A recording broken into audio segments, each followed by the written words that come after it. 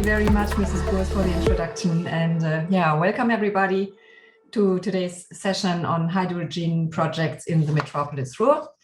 I was already announced as Christina Zollmarsch from business Metropole Ruhr, the economic development agency of the Ruhr region. I'm hub manager for Greentech, and I'm in charge of Greentech Ruhr, which is the environmental economy network in our region. Yeah, hydrogen is the mega topic in the energy industry right now, and as well in our network, more and more companies and research institutions along the whole value chain are dealing with this topic. And so it's becoming apparent that if we want to make the technology marketable and put it to use in a large scale, we have to cooperate. That is why I have invited 3 speakers today to introduce you to the hydrogen landscape in the Metropolis Ruhr. First of all, I would like to welcome my colleague Nils Beyer. He is our hydrogen expert. Under his direction, the business Metropole Ruhr has conducted a study, and in his presentation, Mr. Beyer will give us an overview about the H2 potentials in our region, in the Ruhr region. You will see then how high the number of players and projects is. So we can by no means go into everything. But we are pleased that 2 well-known companies have accepted our invitation and will present their hydrogen activities, which I'm sure will have a strong impact on the H2 economy. I'm looking forward to the presentations of Kevin Galle from STEAG Green Business and Alexander Garbar from Duisport. After these 3 presentations, we will have time to discuss everything with you. And so please write your questions in the chat. We will be happy to answer them. Yeah, that's it from my side. And I'm now virtually handing over the microphone to Nils Beyer. Nils, go ahead. Yeah, thank you very much, Christina. I'm very happy and look forward to show you our hydrogen strategy today. First of all, good morning, everybody, ladies and gentlemen. My name is Nils Beyer, and I'm a project manager at the business Metropolis Ruhr. As a regional business development agency, we support companies and in the region and international partners in the realization of their projects. In my practical experience from the steel industry and political communication, I'm currently working on the development of the hydrogen strategy and project consulting as part of 5-location program in our region. So I'm pleased to be able to give you an overview of the hydrogen projects in the Metropolis Ruhr today. All our efforts are about nothing less than shaping the industrial transformation of the region. In this decade, this transformation will be combined by key projects to change crucial. In my presentation, I will briefly introduce the activities of the business Metropolis Ruhr and then give you an overview of the hydrogen projects in the region. The focus here is on the large-scale industrial projects that play an essential role in establishing the hydrogen industry, because our goal is building a hydrogen value chain with strong partners and companies in the region.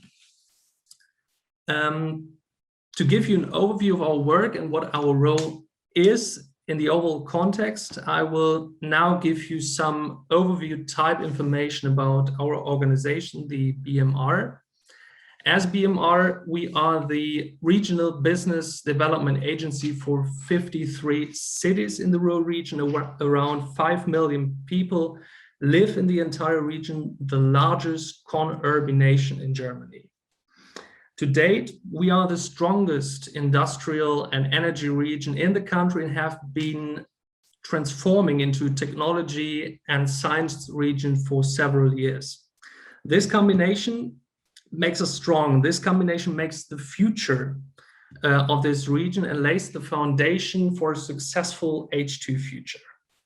As a regional business development agency, we establish contacts with international companies, market the Ruhr as a business location, and support you with your business ideas.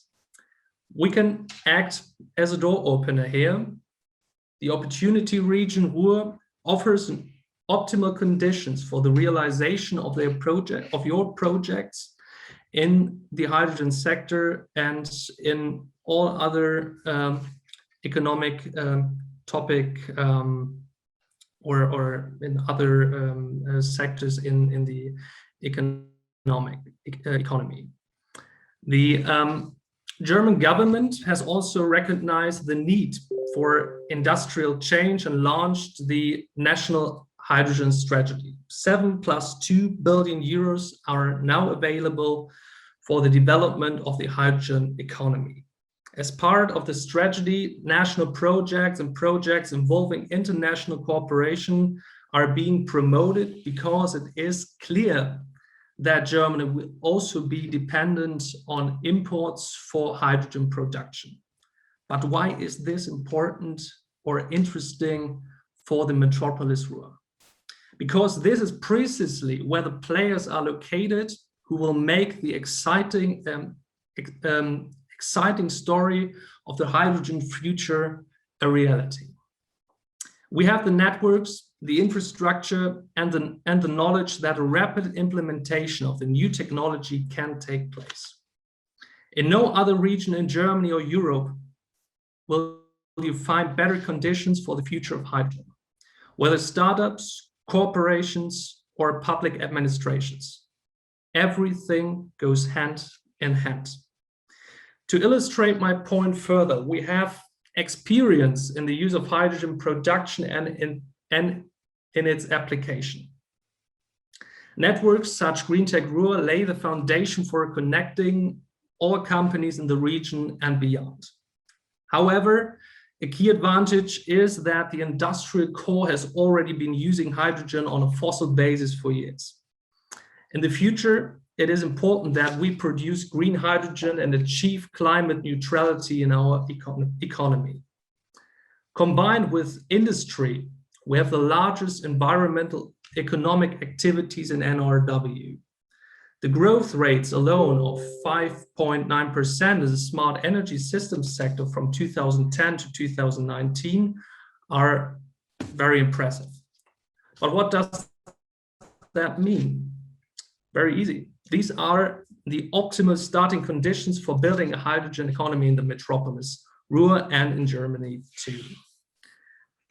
Well, this map of the Metropolis Ruhr illustrates that numerous players are already working on a hydrogen economy. In the next few years, it is important that the numbers and above all the large projects and industry are realized. In particular, the transfer of innovation is an essential pillar for success. We will only be successful if we transfer the innovative ideas from research to application.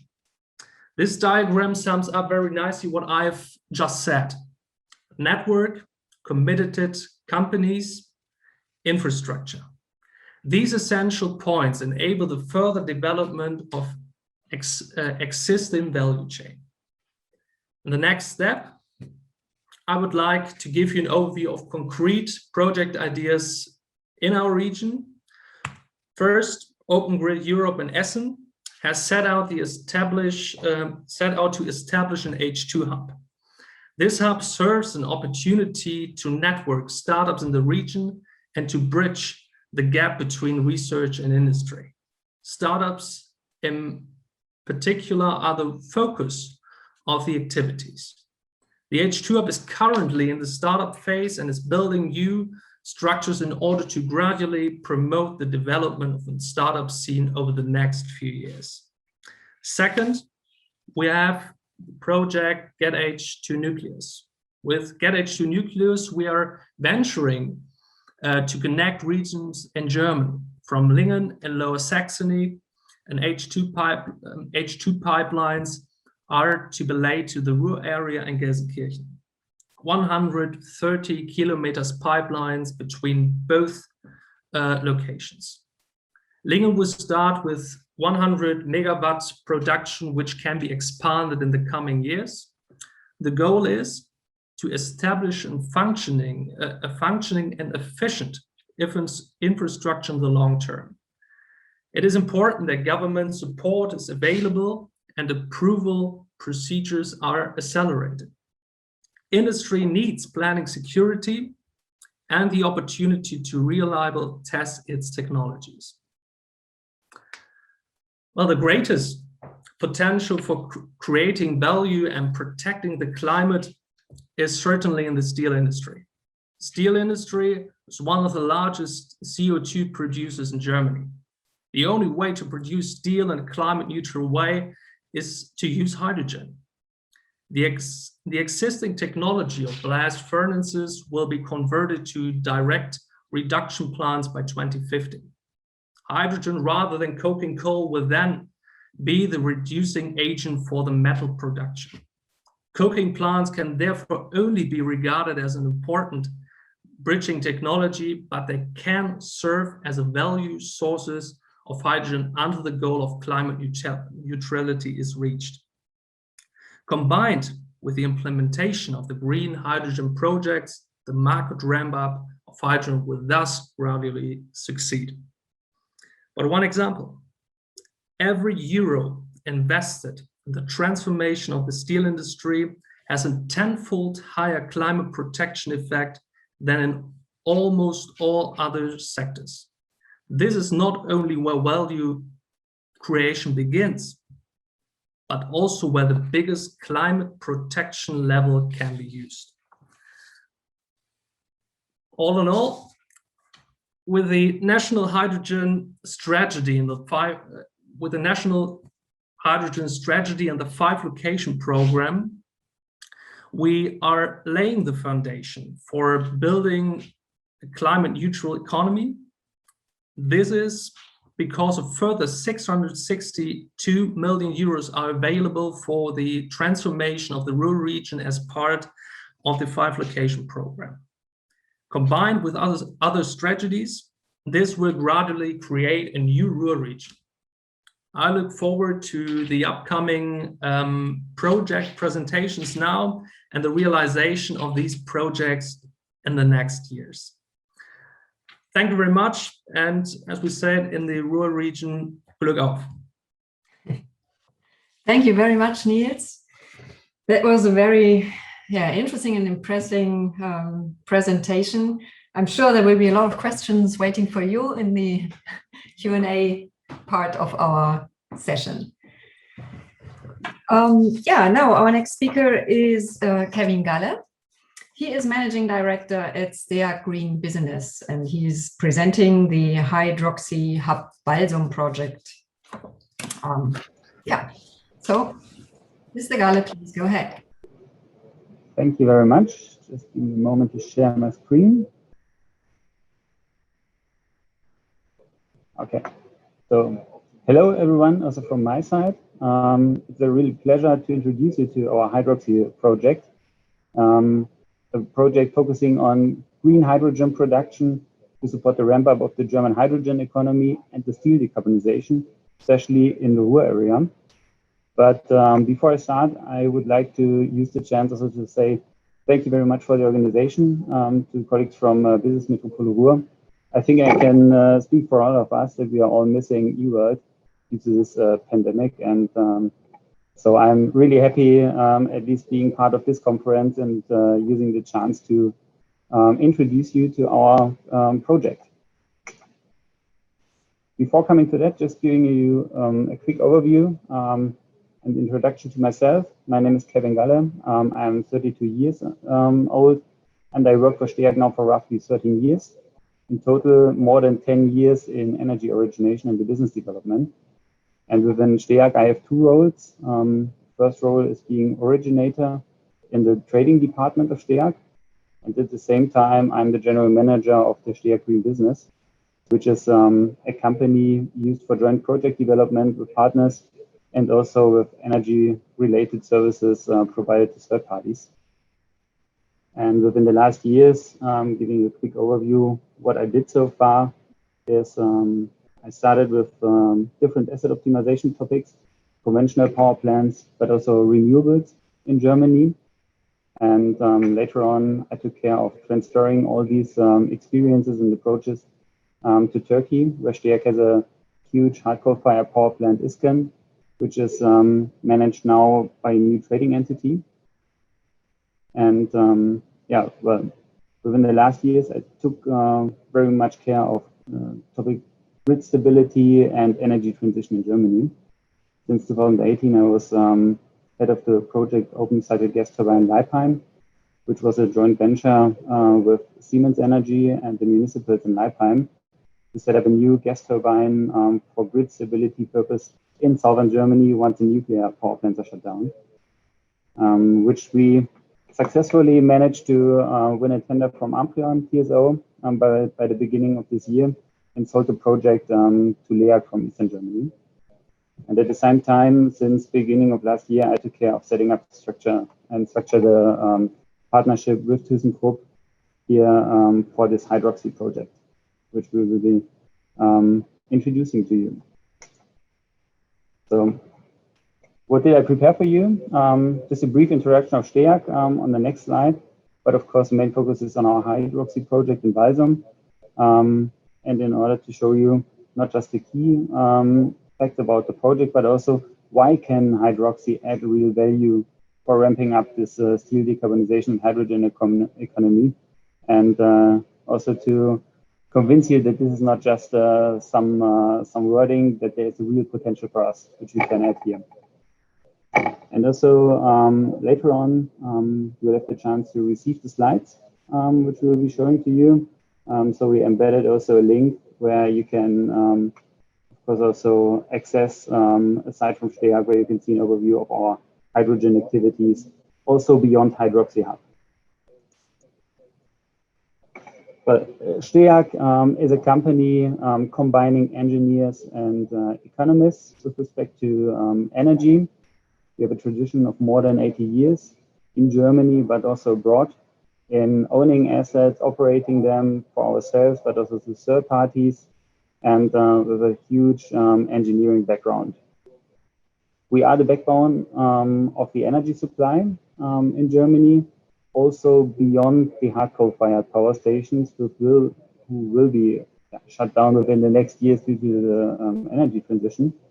But already since 2016, we are operating 90 megawatts of battery storages for primary reserve control and are the biggest operator in Germany with this capacity, and manage these flexibility combined with our own central assets, but also with decentral assets from our own, but also for third parties.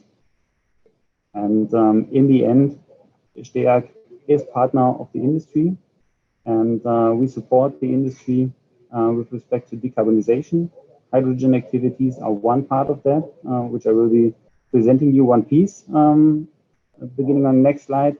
But also, for instance, with the green PPA economy, which is emerging at the moment, we are active in upstream and downstream, supporting corporates, for example, to decarbonize their business. And also on top of that, with engineering support, also for third parties, for instance, with an AI-based platform for service optimizations. But let's have a look on the HydrOxy Hub Walsum. The basic idea of HydrOxy is producing green hydrogen and oxygen for the decarbonization of our partner ThyssenKrupp Steel.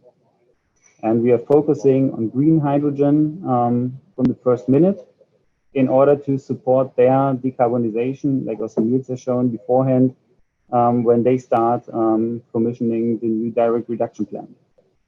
And HydrOxy is a joint partnership of 3 sponsors at the moment. So there's on the one hand side, it's the ThyssenKrupp Ude Chlorine Engineers, subsidiary from ThyssenKrupp, delivering proven technology for the electrolyzer. We have STEAG with the site on the one hand side, but especially also our competence in structuring the green energy supply, which is a very huge topic for a project of 500 megawatts, to be honest. And at the same time, we have also a party, ThyssenKrupp Steel Europe, who has the huge demand, who will be supported by from the first minute. And also from a project perspective, having this anchor customer in the team from the beginning. So you also have the cash flows for the projects later on. The big advantage of HydrOxy is that we can act fully independent from others. We have very nearby sites, which you will also see on the next slide with a picture, less than 2 kilometers of distance between the sites. And based on that, in combination with this team, with what we have together, it's possible to really quickly realize HydrOxy. So for instance, we are planning to have FID already in 2023, if everything goes well, and we can start operation as of 2025. And this means stepwise taking into operation different units to ramp up this 500 megawatts, already having fully in operation in 2026. And this timeline is in line with the timeline from ThyssenKrupp Steel for their direct reduction unit, which is also planned to be in operation as of 25. And so we can support them with delivering them green hydrogen already from the beginning and reducing their demand for natural gas or blue hydrogen, which still would mean emissions. So there's a big support from our side with HydrOxy. And there's an overall potential of up to 2 million tons emissions per year, which we may, in this joint venture, reduce. So it is a massive amount. And if you have a look at this overview, you can see that there's a very close distance just between the sites. On the lower left corner, you can see there's the beginning of the HydrOxy site. It's a massive area which is already flat, so you can start construction quite early. And on top, it seems the bullet has moved a little bit into the sky, but what you can see there is already the ThyssenKrupp Steel plant. And I hope you can see my mouse. Here is a green wall already at the end of this flat field. That is already the beginning of the site. So we just have to cross less than 2 kilometers of, let's say, public area. And on the right-hand side, there is the Duisport, which is a former paper mill site taken over by Duisport, and Alexander Garbar will show you later on what the colleagues are planning there. But overall, this is a very beneficial neighborhood, which we see here. Due to the short distance, we don't have a residential area here. It's mainly industry-driven. And with the colleagues from Duisport, we also have a huge, let's say, cross-sectoral potential. For example, using hydrogen for facilities vehicles. Duisport is part of the Rhine initiative, which is kind of forming the bridge between the Ruhr area and the big ports in the Netherlands for applications of hydrogen also in barges, for instance. And there might also be further potentials like gas stations or whatever for the transportation sector. But what is very important also from our side in order to stress here, we are not planning to do any greenwashing. So we will be in line with the regulations from Germany with respect to green electricity for the green hydrogen, even though it is the same site where we formerly operated several hard coal-fired power plants, and still Walsum 10 is in operation. There is no connection between these assets. We just use the same site, but we will have a separate grid access, and there is no lifetime extension or something like that, which some people could estimate in the first glance. Having a look at the of the phases of our project. So currently we are in the feasibility study. We started the pre-structuring already during eWorld last year with first connection to colleagues from Duisburg, and used the time in order to structure the partnership.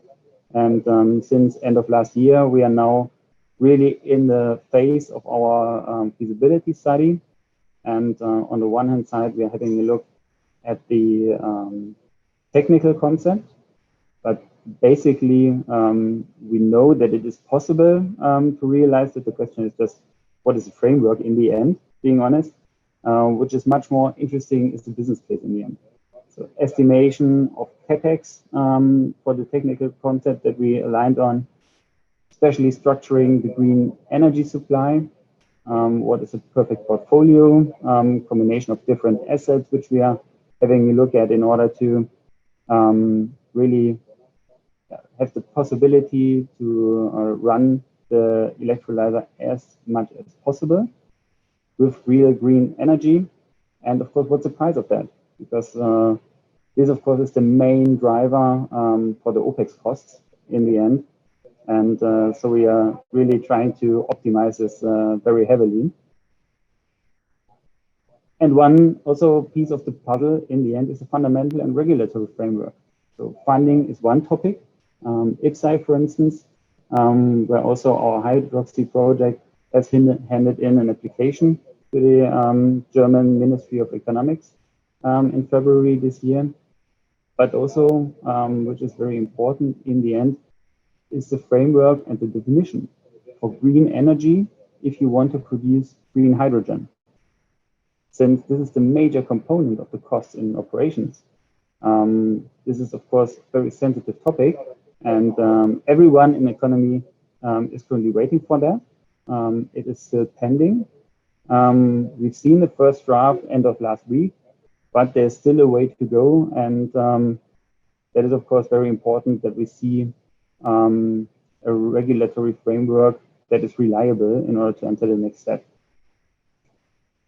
At the same time, we're using also the time to speak to potential investors. We see a huge interest in order to support us here and getting into our team.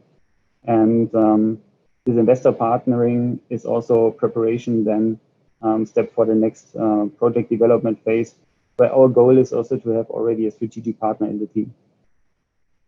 If we see a case, by most probably in the second half of this year, then we will enter into the project development phase, which means permissions, detail engineering, negotiations with EPCs and the green PPAs in order to really structure the full project until summer 23 is our idea, in order to really go into the implementation, starting with the first operation in spring 2025, and having the full capacity available already end of 25, beginning of 26, in order to produce the green hydrogen from the first moment of the direct reduction unit of Duisburg steel.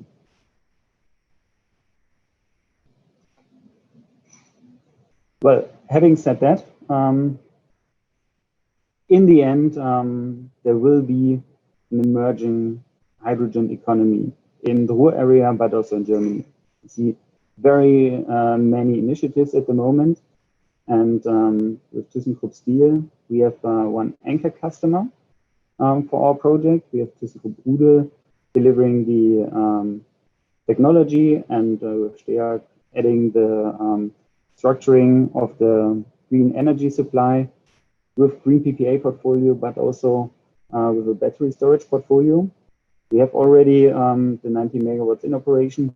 We are currently working on more than that in order to also set up a battery storage platform, which would also add value, for example, for HydrOxy in order to balance the fluctuating energy, but also for third parties in the end.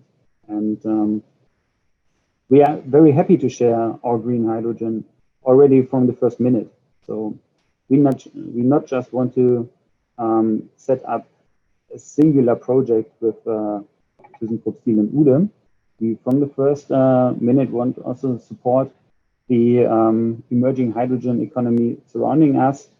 So if there's someone surrounding us who's interested in taking off some green hydrogen, we are very happy to go into discussions with them.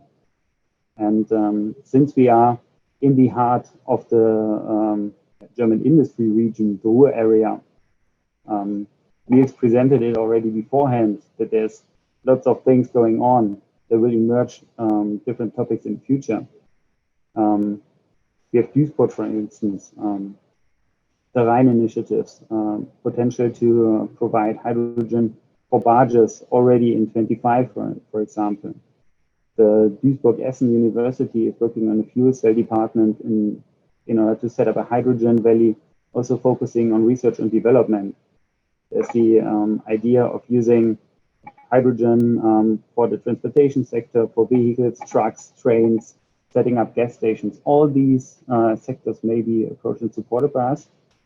And we will be happy to share our potential here in order to really generate some spillover effects. Also, having a look at the future.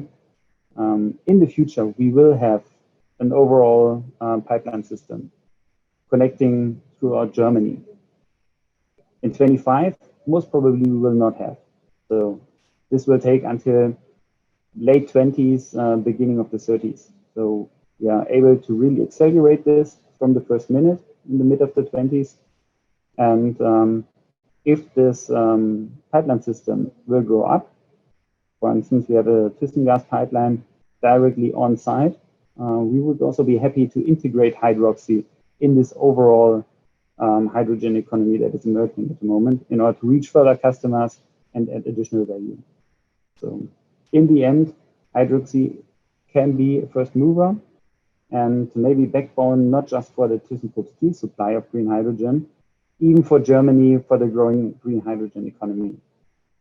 And yeah, having a look back at the presentation from Nils again, focusing on your map that you've shown, of course, I would be happy also to see STEAG and the HydrOxy project in order to be added to that for the future.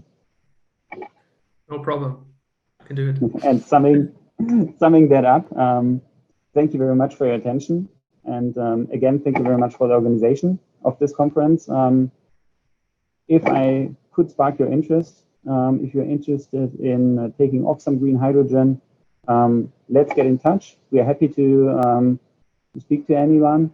And I'm really curious about the questions and thoughts later on in the Q&A section. Thank you very much, Mr. Galle. Yeah, I really like your approach of being so open for cooperation and really aiming at a big rollout. And what I really love is that you say we are going for 100% green hydrogen. Yes. Yeah. Thank you. Okay, so now our last speaker, last but not least, Mr. Garbar, Alexander Garbar. He is Deputy Head of Corporate Development and Strategy at Duisport, Duisburger Hafen AG, and he's talking about their different approaches and projects. Thank you very much, and thank you for the opportunity to present what the port is doing in regard of hydrogen, which is definitely in line with what Kevin and Nils just presented. So it is more or less gives a wrap up about production. We heard about production, we heard about the overall strategy, and now I'm going to tell you a little bit about the first little bit baby tiny steps in terms of using hydrogen in the logistics sector. But before I start, let me tell you some couple of words to myself and the port as well. So my name is Alexander Garbar. I'm the deputy head of the strategy department in the port of Duisburg. I'm working for the port for almost 5 years, and I'm in charge of our sustainability, environmental, and innovation projects. And of course, in that regard, also all hydrogen activities that we are focusing on. So the port itself is, I hope it's known to most of you, but I will just try to give you a very, very brief overview about what we do, why we do what we do, and more or less where we are. So what you see in the picture right now is is the oldest part of the port. So the oldest part means it is more than 300 years old. It is the coal island. You see the oil island. You see 2 of our 8 terminals. And this shows quite well why there is a change in terms of hydrogen. You see a lot of old economy, a lot of old stuff, more or less, that is very, very crucial for the port. Coal used to be the #1 good we used to handle. It is decreasing year by year. Minerals like fuels used to be also a very important pillar. It is an important pillar, but it's also at least going to decrease. And that is also why we're focusing on hydrogen, but more to that in a couple of minutes. So the port, as already said, is more than 300 years old. We are a publicly owned company. 2/3 are owned by the state of NRW. 1/3 is owned by the city of Duisburg. There was a change almost 12 years ago. So prior to that, 1/3 was owned by by Germany itself, but that changed a couple of years ago. This is more or less a slide with plenty of numbers, but there's only one number which is most important for us at the port. It's the number of containers we handle. It's 4.2 million TEUs. TEUs means 20-foot equivalent units, which is more or less just a container, 20-foot size. And this is a number how ports measure themselves to each other. So if you look on the port of Rotterdam, as a seaport, they handle roughly 12, 13 million containers. But for an inland port, 4.2 million is a huge number. So we are the biggest inland port in the world. And compared to other seaports, we are ranked, I think, somewhere in top 30 in regard to seaports. So we are bigger than every port in France, for example, and most of the ports in Spain as well. Mr. Garbar, sorry to interrupt you, but your presentation is not on the full screen. Oh, it's no better? Sorry. Yeah, better. Sorry. Yeah. So two other numbers that are important in regard of use of hydrogen is the number of ships and trains we handle in the port. So we have roughly 25,000 trains per year we handle in the port, and we have roughly 20,000 ships that come and arrive each year in the port. And those numbers, they show why we need to do something to decarbonize heavy-duty transport. And I'm not talking about trucks, because of course, as a hub, we have a focus, like not focus in what we do, but focus in terms of last mile and first mile delivery, of course, on trucks. So we have plenty of trucks in the port, around the port, that we also need to decarbonize it. Yeah. Last but not least, what makes us as a port special? So we are not a classical port like a landlord. We rent land to a company and that's pretty much it. A couple of years ago, the Port of Duisburg decided that to make sure that we stay as important as we are or as we used to be, we need to be more than a port. And that means we need to provide additional services to our clients. That means logistics services. We need to deliver consultancies. We need to be active on the whole supply chain to make sure that the customers that come to us, to the port, can get more if they want to. They do not have to, but they can get a full service. Like they can get a warehouse, but they can also get the logistic service. They can also get industrial packaging if they like. We can do the transportation by truck, train, and ship. So at the end, full service provider to be, just to offer more than the other ports are offering. And this leads to the environmental topic and the hydrogen topic I'm going to talk right now. So as a port, we were and are still focusing on environmental issues on a very wide scale. So we have an agenda, we have an environmental concept that shows quite well what we are focusing on. The environmental concept itself is focusing on 4 different pillars that leads to a long-term goal: carbon-free port, no emissions in the port, efficiency, and energy efficiency in terms of intelligent microgrids and stuff like that. But the 4 pillars we are focusing on are modal shift, air, noise and climate, energy supply, and resources.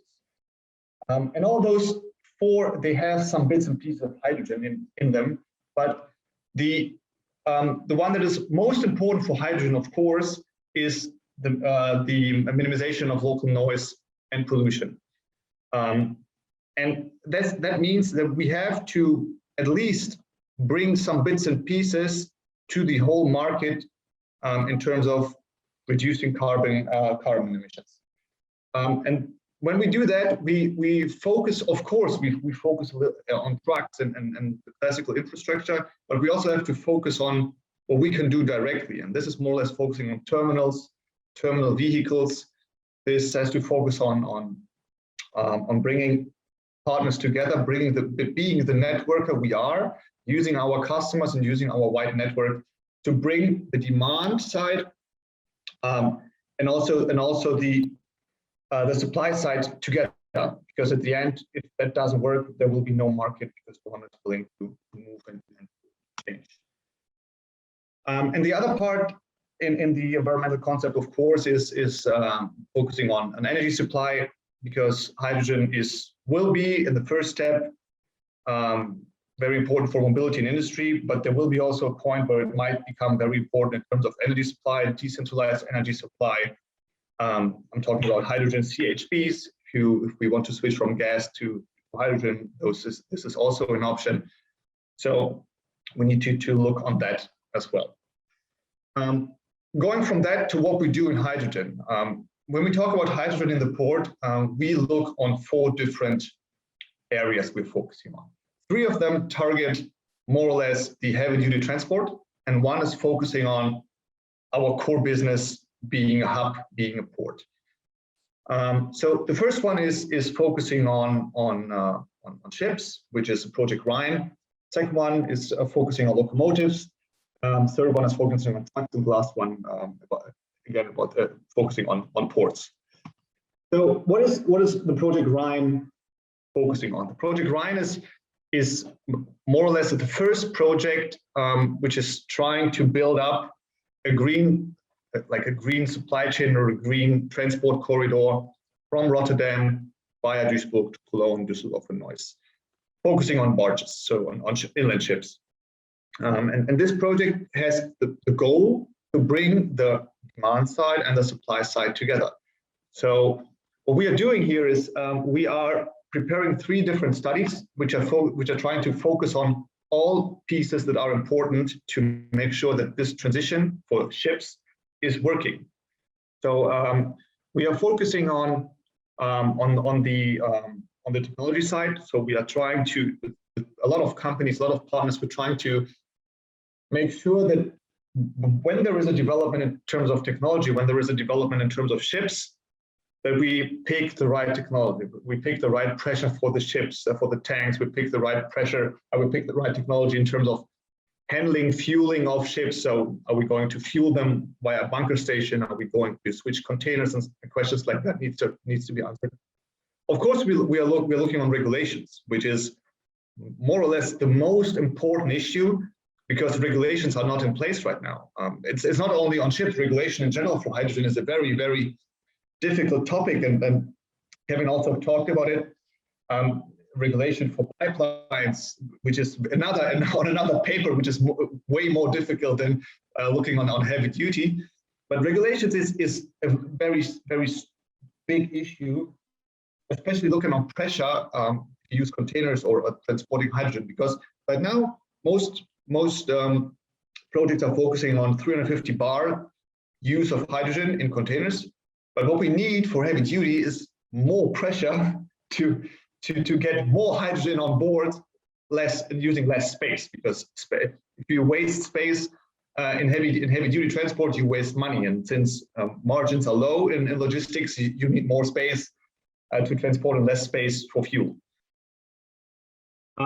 The second topic we're focusing on is, once again, is trains, and this is something where we more or less moved into a direction we never moved before, because we act more or less it's a technology provider. What we do not build trains, and we do not build engines and stuff like that. But we, of course, we have trains running in the port. And what we realized during the Project Rhine, focusing on shunting locomotives, which is our core business, there are no concrete studies in terms of what is needed in terms of energy and power of running a shunting locomotive with very, very heavy loads. So we decided, okay, we have to do maybe the first step to make sure that at the next step the OEMs jump in. And what we do is we measure our own locomotive. We collect data to see how much power does the locomotive use in what situation. Because the biggest issue is those locomotives, the one you see here, they have around about 1,500 kilowatts of power, which is huge. And what you cannot do is you cannot like switch from a combustion engine, from diesel to hydrogen, and build in 1,500 kilowatts of fuel cell power in a train. No one will pay that, and it's just a waste of energy. So you need to know how much or when do you need how much energy, and then you need to work with batteries that can give you the peaks, and then you work with fuel cells for the like basic level. So this is what we do right now together with DLR and ZBT, because they are very, very strong research partners in that demand. ZBT, of course, focusing on fuel cells, and DLR focusing on the whole like getting the train running and packaging and stuff like that. And the last piece, which is maybe technology-wise the easiest because the technology is available. It's more or less a question of how we get it to the market. It's a focusing on trucks. Project is called HydrOxy. It's a project that is available in the port of Duisburg. It is available in the port of Rotterdam, and also in the port of Antwerp. And the goal is that we develop more or less all together the demand and supply side for heavy-duty transport focusing on trucks. There is a clear goal in terms of numbers. We want to have 200 trucks in the port of Duisburg by 2025. We want to have around about 5 fueling stations in the port, around the port on the focal areas. Looking on Rotterdam, 500 trucks, 10 stations, and Antwerp, 300 trucks, 6 stations. But this is those topics are of course in line with what the ministry is also focusing on. We have the strategy, the hydrogen roadmap of NRW, which is targeting on 400 trucks by 2025, and of course those will be in NRW, not only focusing on Duisburg. That's why we think with 200 trucks we have a roughly acceptable number in terms of the trucks we have in general in the port. But the question that comes up looking on those technical developments, why are we doing that as a port? We do not have our own big truck fleet. We do not have our own ships fleet, or we have some trains, but we do not have hundreds of trains.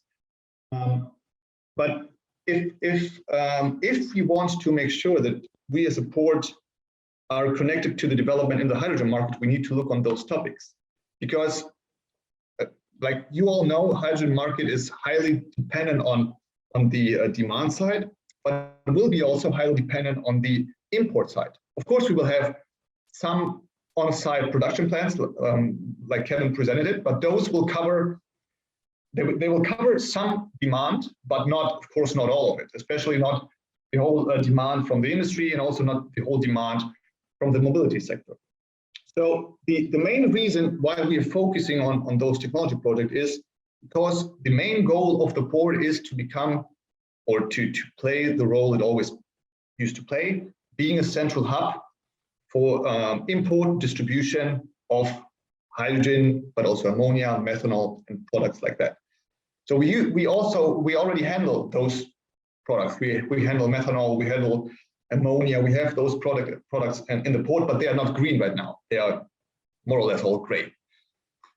So the transition needs to go from gray to green, and this is more or less a roadmap why we are doing what we are doing, and this shows quite well the role of the port we want to accomplish, we are focusing on, and this roadmap also shows why we do what we do. So of course we will have different production countries where the hydrogen will be produced. Of course, bits and pieces on site, but most of it definitely not here. So we need to make sure that there is a working supply chain, because not all customers at the end will get a pipeline connection. No, not all customers will be directly on a production site, and those companies, those fueling stations, they will need some kind of a supply chain of delivery of hydrogen or connected products. And we are talking to Rotterdam, we're talking to Antwerp, because those are the ports that are important for us as an inland port, about how can we get the products that is imported via those ports to the clients. In the first step, I think we might all agree on that.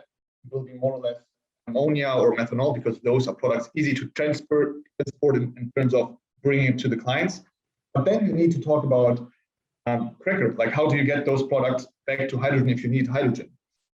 You need to talk about having storage, like where do you have an hinterland storage for distribution to the hinterland? And to make sure that you become such a hub, of course you need also demand close to the port, because it always makes sense to bring products to a place where you can also bring it to the customer on a very short notice. So the role of the port being a hub is very, very strongly connected to make sure that we have demand on site. And this is pretty much the reason why we do what we do. And another reason is quite simple. We are a publicly owned company, so we know that we have more or less a duty to fulfill regarding our stake in shareholders, becoming green, delivering green products to the clients, and also being a step ahead of the market. Maybe also going the extra investment in terms of being a little bit too early, which is better than being too late. And yeah, that's pretty much it. What we do, I think it seems enough. So it is enough to do. Last but not least, what we should not forget is so we are looking on a very, very long period. So 2025 will be more or less the kickoff in terms of higher volume. There will be some demos and pilots before, but looking on the market, especially on the production side market, 2025 is the year most of us are focusing on. So I think what is great is we started early, which is great because we have plenty of time to learn, to find the partners, to bring together the right people, and to make sure that when all those pieces are running, we have everything in place to make sure that we can use it. Thank you very, very much for listening, and I'm looking forward to the Q&A session. Yeah, thank you as well, Mr. Garbar. Perfect presentation. I love your enthusiasm about the subject and the commitment of Duisport to really get the energy transition on the road. There was one question in the chat directly to you, Mr. Garbar.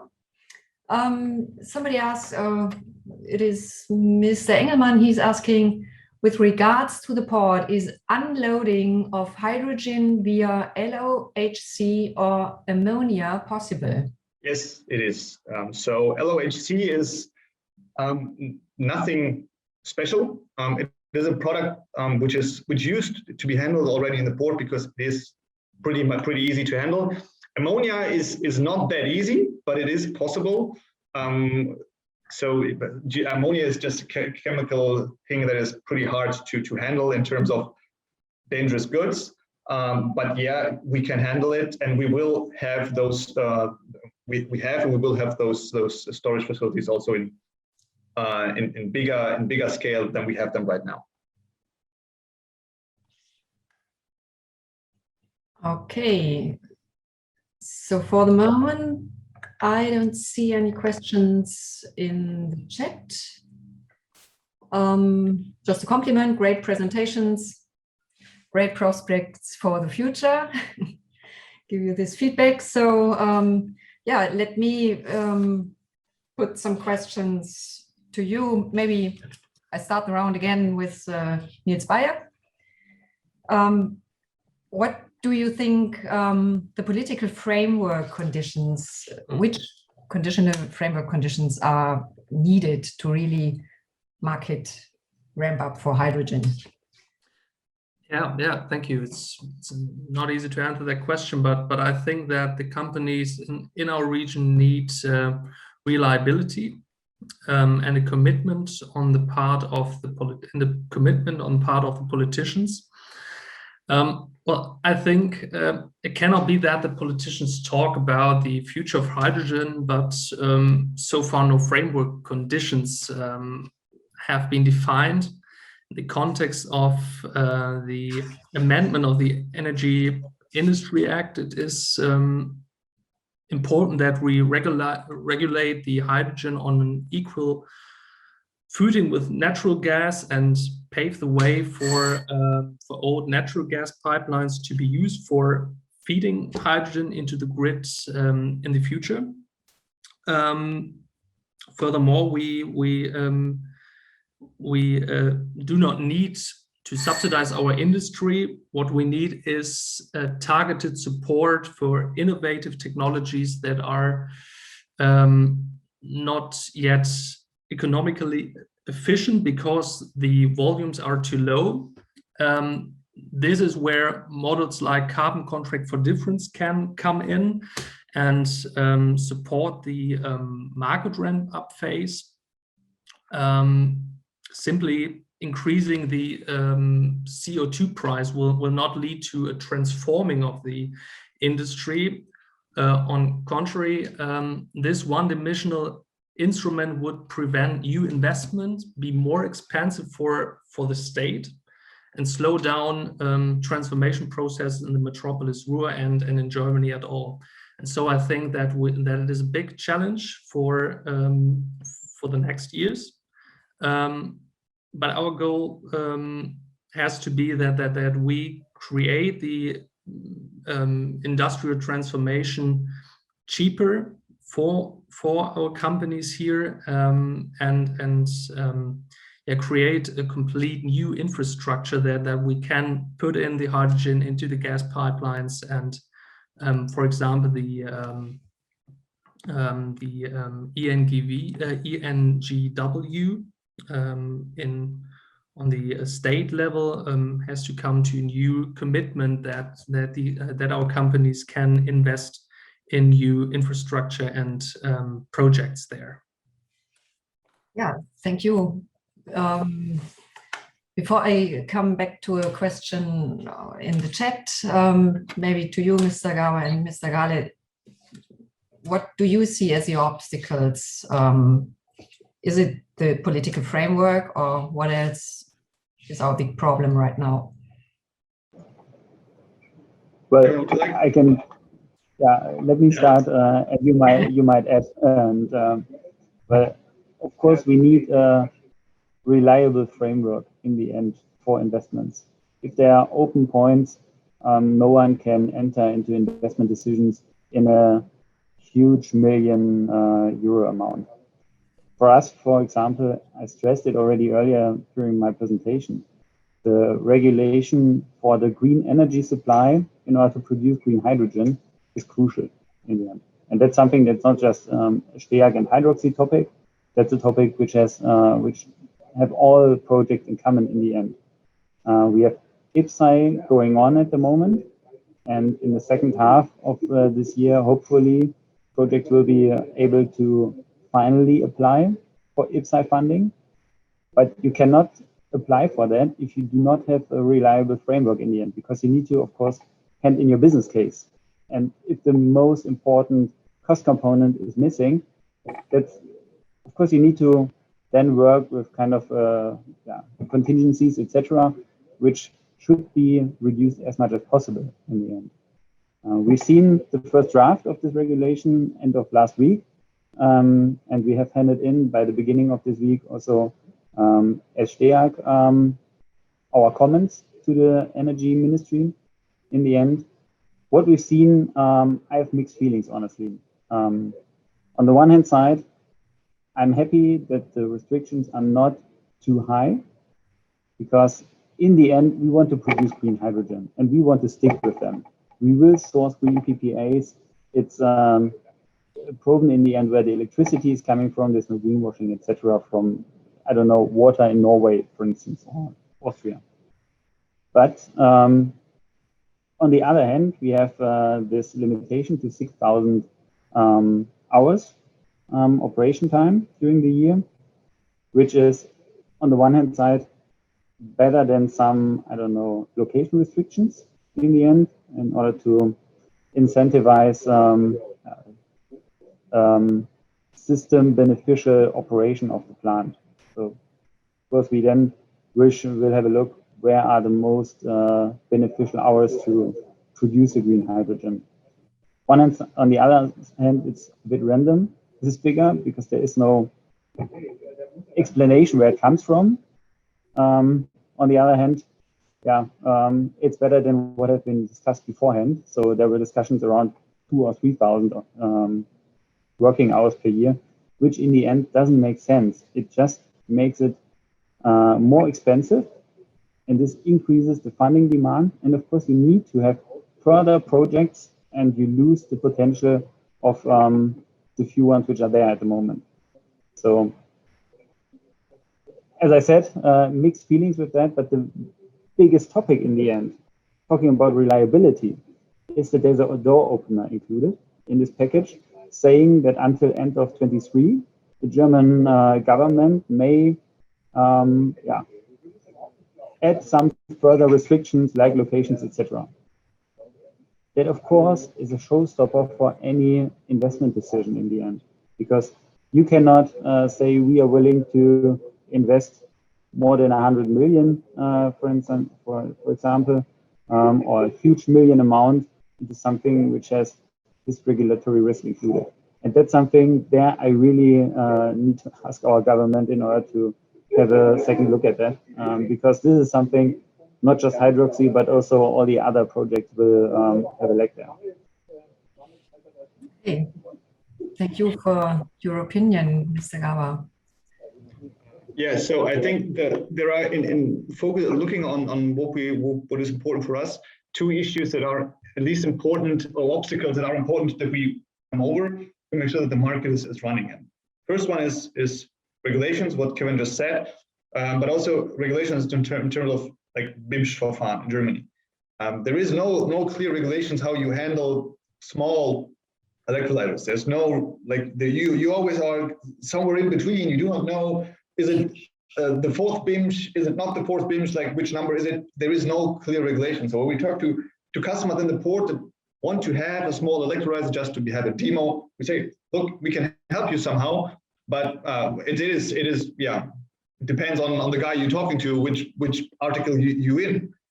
So there is no clear focus on, like, how do you handle those small production plants? How do you handle the distances and stuff like that?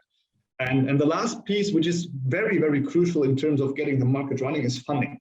So everyone looking on trucks, everyone is waiting for the 80% funding, which is coming somewhere in summer, like no one knows when. And you need to look on different ways of funding, because you need to make sure that the companies get funding over a certain period, even if they cannot order right now, because you cannot order heavy duty trucks right now, but the funding is in place. So it is very, very complicated right now. Everyone is talking about hydrogen and getting it running, and there is funding available, but the products are not available right now. So it's 2023, 2024. So it is, I think on the governmental level, they need to make sure that the funding is more flexible than it is right now. Funding processes in Germany are more or less very, very strict, which is fine because it makes it comparable and measurable. But as long as it's so strict, companies cannot react flexible on market developments and also on the production side of the OEMs.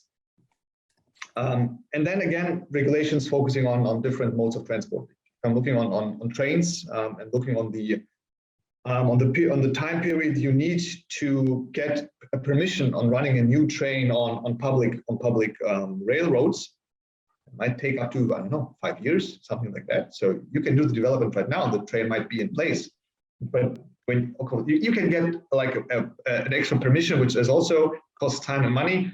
But those permission periods, and also not only for trains, but also for ships, they are very, very long. And this is an issue in general. To speed up the transition period, we need to find ways to speed up permissions, because those are more, technology is in place.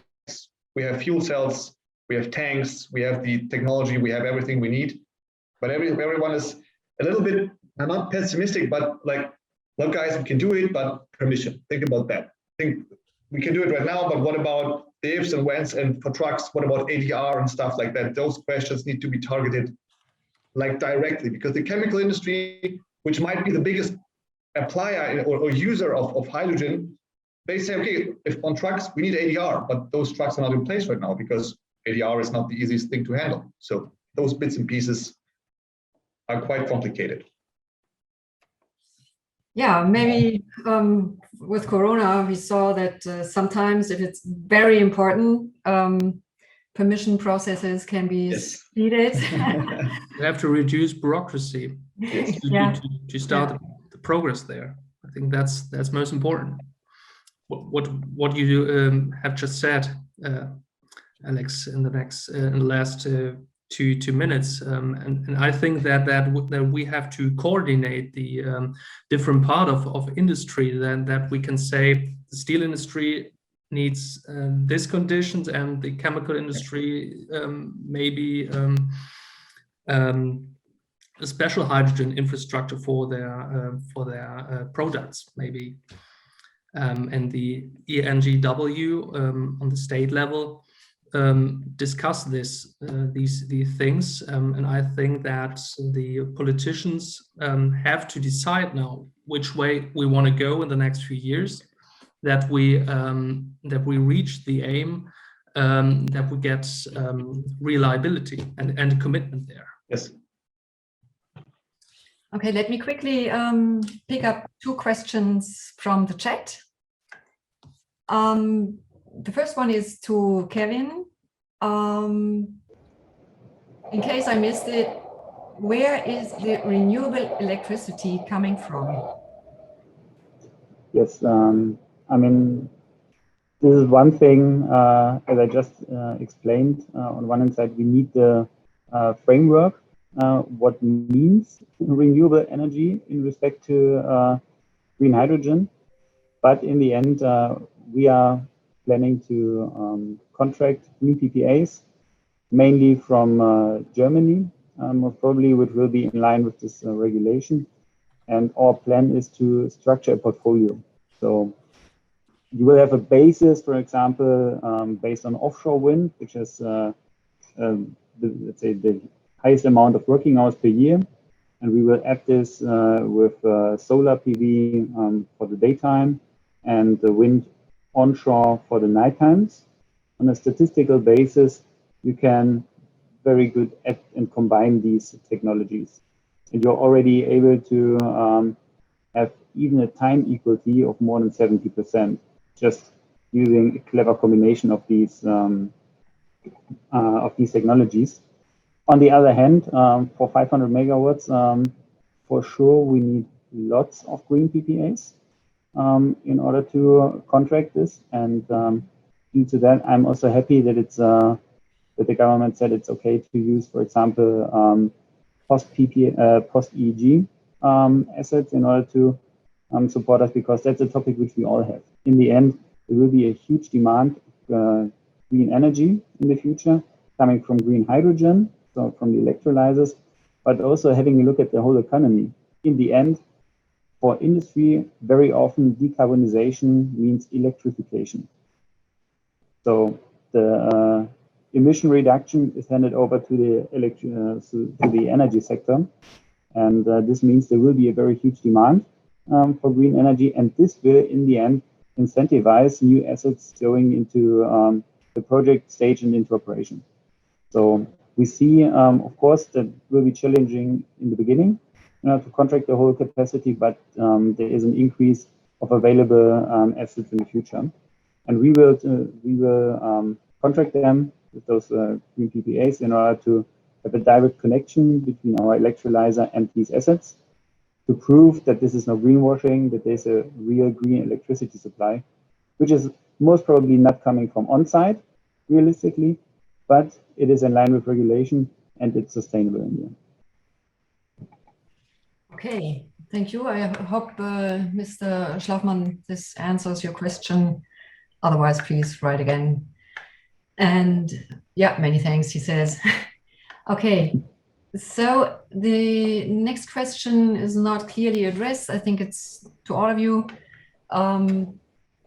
Do there already exist cost calculations and predictions between centralized H2 production with needed distribution pipelines versus decentralized H2 production at renewable energy production sites like wind and solar? Well, I can speak for our project in the end. Of course, we made a calculation for our near site generation of hydrogen with respect to the demand of the hydrogen. So we, of course, will use the electricity grid, which is already available. This means for that business case, we made our calculations and we had to do them already by the beginning of the year in order to apply for our Essen IPSI. Of course, this was the first step of the calculation. And as I said, the most important or the most massive influence factor on the cost is in the end regulation for the green electricity. We now have to wait until the final version has been submitted and decided on from the government. Then we can, of course, recalculate and restructure our portfolio and see what is the final price in the end. I would not like to now mention any euro per kilogram values because there's so important information still lagging that it would not be professional to tell you something and revise that within the next 2 months in the end. Our goal is to have this answer available, especially for the next step. Hopefully we'll be part of the shortlist for IPSI, go into the international matchmaking, and then with the application in the second half of the year, we will be able to answer this question professionally. Thank you. Maybe I can say one quick sentence. It's nothing that we as a port more or less are committed to, but there was a study made by McKinsey that compared the prices for hydrogen, renewable hydrogen costs different countries compare. And I think for 2030, the price for Germany was roughly €2.50, maybe a little bit lower, to 40 to 35, something like that. And if you go to countries like Chile, Saudi Arabia, somewhere down to €1.50 per kilogram. So you have a gap of €1 that you need to, at least per kilogram, that you need to not close due to transport. So if you want to be less expensive, the transport needs to be cheap or very easy to do. And I think there will be cases for both hydrogen setups. In Germany, it also depends on if you produce on site. It's like at least my own view on that. If you produce on site and you can use it very close to the production site, it is at the end cheaper than getting it shipped from Saudi Arabia, Chile, or whatever. But then, of course, if you produce it on site and start shipping it from Germany to all over the world, more or less, there is no case for that. So, and this is, I think, the balance we need to find. There will be use cases for small and big production plants on site because they might be cheaper than producing somewhere else.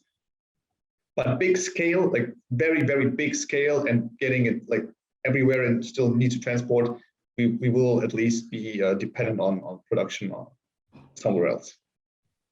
I think that's a very important thing that you mentioned. This transportation topic is always in between. What currently we see is very heavily in discussion at the moment is green hydrogen from the Mediterranean area, especially Southern Europe and Northern Africa. But there's still this question, and something that most probably, or what most people are not really discussing, is availability of water. Because in the end, if we are talking about countries with high solar potential, usually you have the counter side that there's a lack of water availability. And this also is a very social discussion in the end. Not talking about Spain and Italy, but especially Northern Africa. Availability of clean water also for the population is an important topic. There you will have a trade-off somehow. This is something which in most discussions is not really mentioned, but also having a look at Italy and Spain, this is a topic in the end, which needs to be considered. And I saw in most studies that this topic has not really been highlighted. I have a question mark. I mean, it might be possible, would be good. I mean, I see a massive demand of green hydrogen in the future. So it would be good to have it here via pipelines in order to have more resources available. And I would be much more happy to use Mediterranean green hydrogen rather than blue hydrogen, if you ask me honestly. But I'm not sure if this is really possible in the amount that is discussed at the moment, at least in some studies. Nils, to note it the whole time, do you have to add anything? Or? Yes, it's really coming a huge subject up that the water and the sun problem. Yeah. In our analysis, we looked on more on the infrastructure, and there, and to this aspect, I can say that if we use the gas pipelines, the old gas pipelines, it is we only need 10% of the cost if we would build new ones. But I want to say something to the aspect that we have not enough resources to produce hydrogen in the future. I think we need an open discussion about this topic, because in Germany we have not enough green electricity for the whole production, so that we need imports. In Africa we have not enough water, and so we have to find a new strategy in this case. And in the afternoon, I have a very interesting talk to Professor Apfel from the Ruhr University in Bochum. He discussed this important aspect in his science project, and I'm very interested in this aspect to find a new strategy for us as a business development agency. Because the national hydrogen strategy says that we need international corporations to build a new market there, and so that, and for my work, it would be very important to use this information and to work further with our analysis on this topic, that we can give our companies in the region this information, that they can create new project ideas maybe, and that our strategy is more powerful in this case.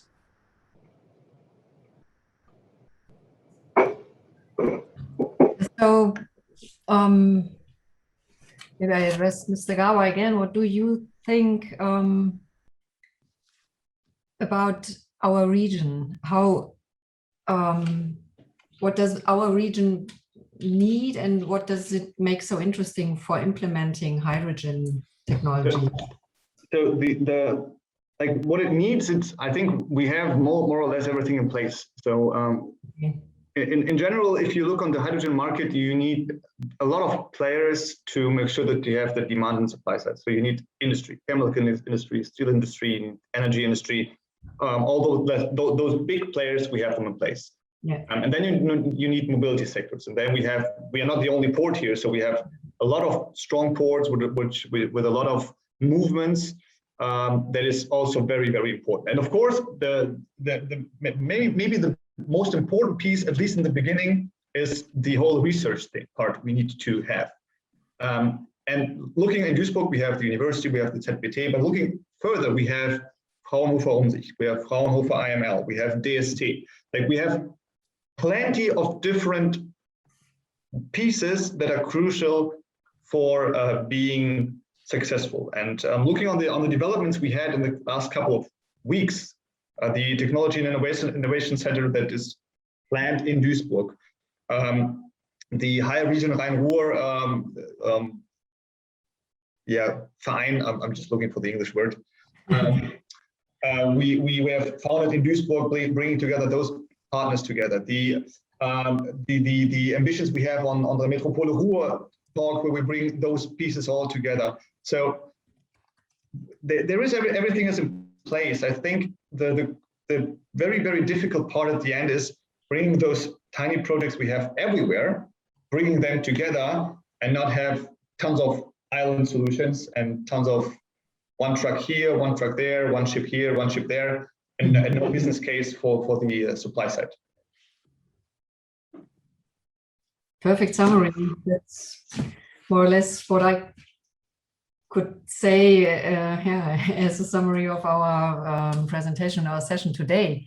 I don't know, there are no further questions in the chat, so just I put in the round. If you want to add anything, go ahead.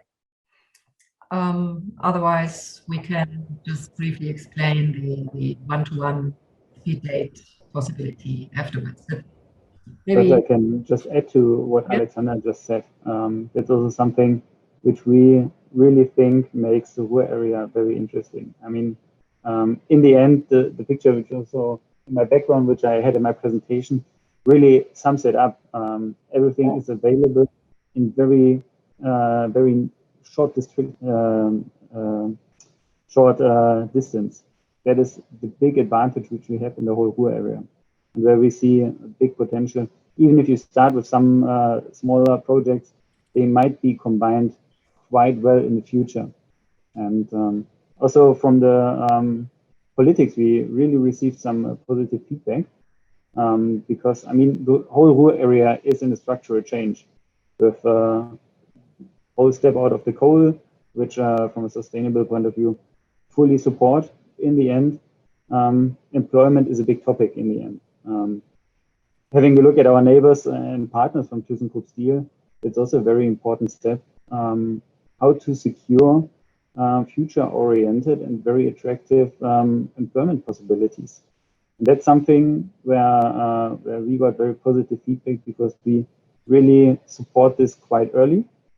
And also from lots of industrial companies, technology providers, not for the electrolyzer itself, but also engineering around that. There's a very big interest to support us here, and that shows in the end that hydrogen is a topic that is really creating new possibilities for the whole region in the end. And but just from my personal final message, I really enjoy this topic. It's really great to see the structural change here, and we want to be part of that. And we would also be happy if, especially the ministries and the politics, like the German Energy Ministry, would also support us in order that we can here provide an add value for this decarbonization topic. Thanks very much. Nils? Yeah, I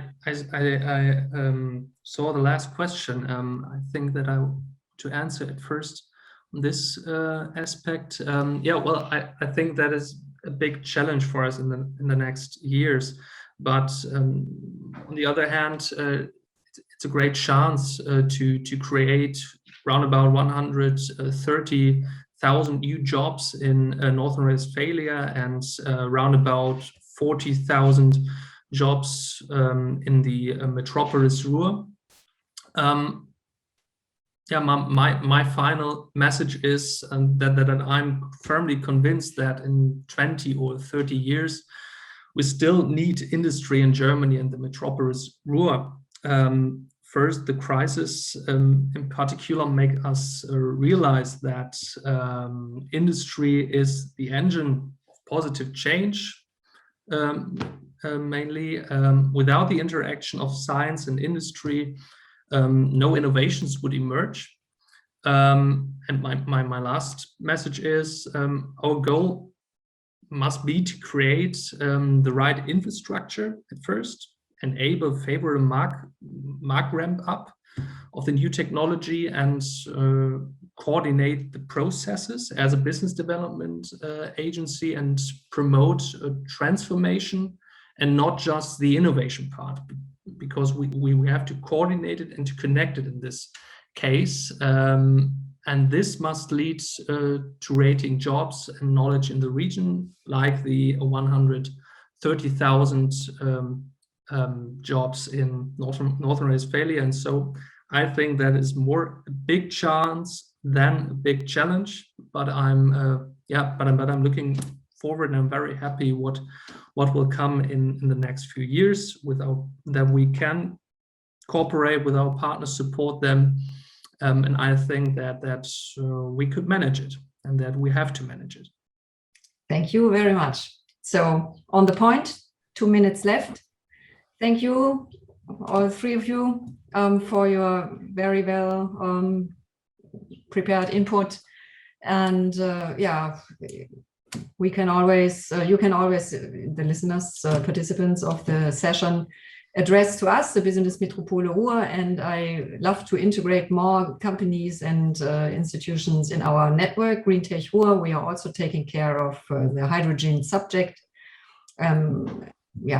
As like today, organized this session, and we are organizing other events, trying to get the people together who need to talk to each other.